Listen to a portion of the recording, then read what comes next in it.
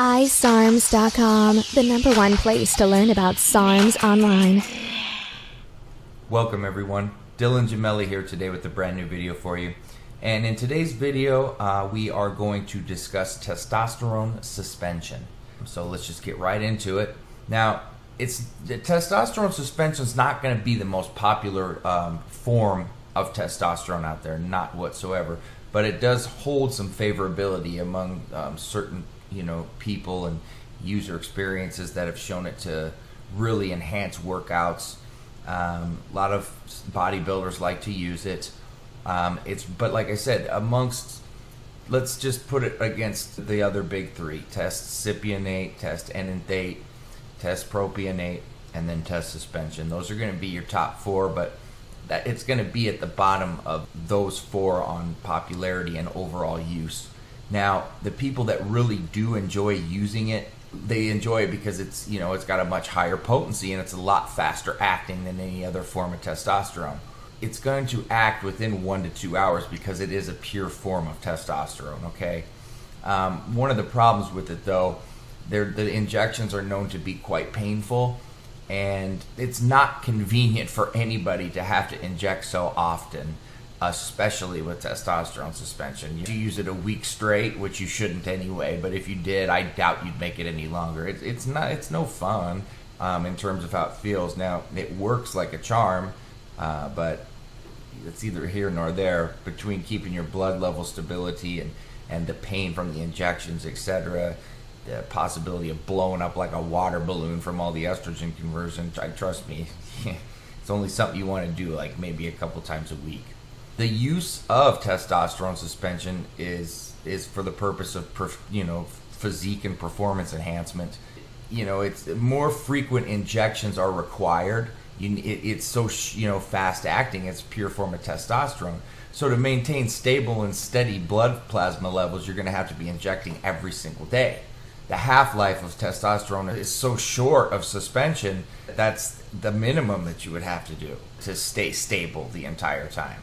And many are really turned off by that, and I don't blame them. I am too. This is why most people opt to just run a normal test. I would never cycle testosterone suspension. Never. Like I said, it's just really more or less used for a pre-workout.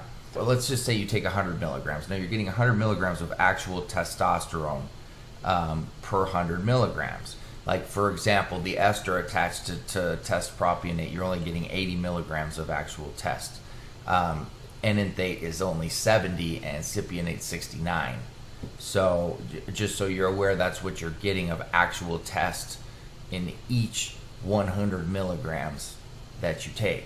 Medically, if you were getting testosterone suspension, the dose would be 25 milligrams. Very weak, kind of. Now, for anybody else, especially let's just say a beginner, you want to go 50 to 100 milligrams per day and not exceed that. The more experienced you are, intermediate and advanced, you can get to that 100 to 200 milligrams per injection. You'll see some very fast mass gain in a short amount of time for the most part, but you're going to feel like Superman in the gym as you take it as a pre-workout. I assure you that. So that's, like I said, that's really the main base and reasoning for even taking it. Now, test suspension is a water-based form of testosterone. So the testosterone itself is actually contained in microcrystalline. Now, that's suspended in water. Now, the vial really needs to be shaken vigorously prior to injecting in order to properly and evenly disperse the hormone before you're withdrawing it from the vial. So many athletes, I've even seen them do multiple injections per day just to stay stable and to keep going, in their mind or whatever more and more, but you really don't need to be doing that. Now, due to the nature of the preparation being a solid microcrystal suspension in water, it's a very, very painful injection, as I talked about, and it frequently will cause you local irritation, pain, swelling, redness, all of that.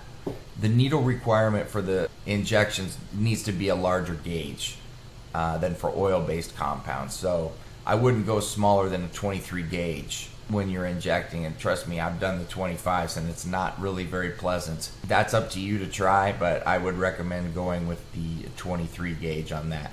Since it's so fast acting, it's going to produce some of the most rapid size and strength gains that you will find from any other anabolic steroid. There's some evidence of localized muscle growth as a result of no ester being affixed to the actual testosterone molecule.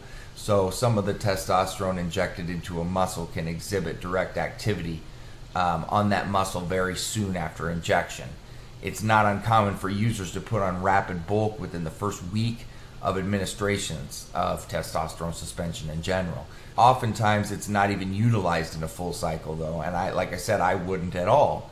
It's used as a supplementary compound or a pre-workout or a pre-event boost, which is really strong component for it, and that's to get strength and aggression right before a competition or fight or something of that nature.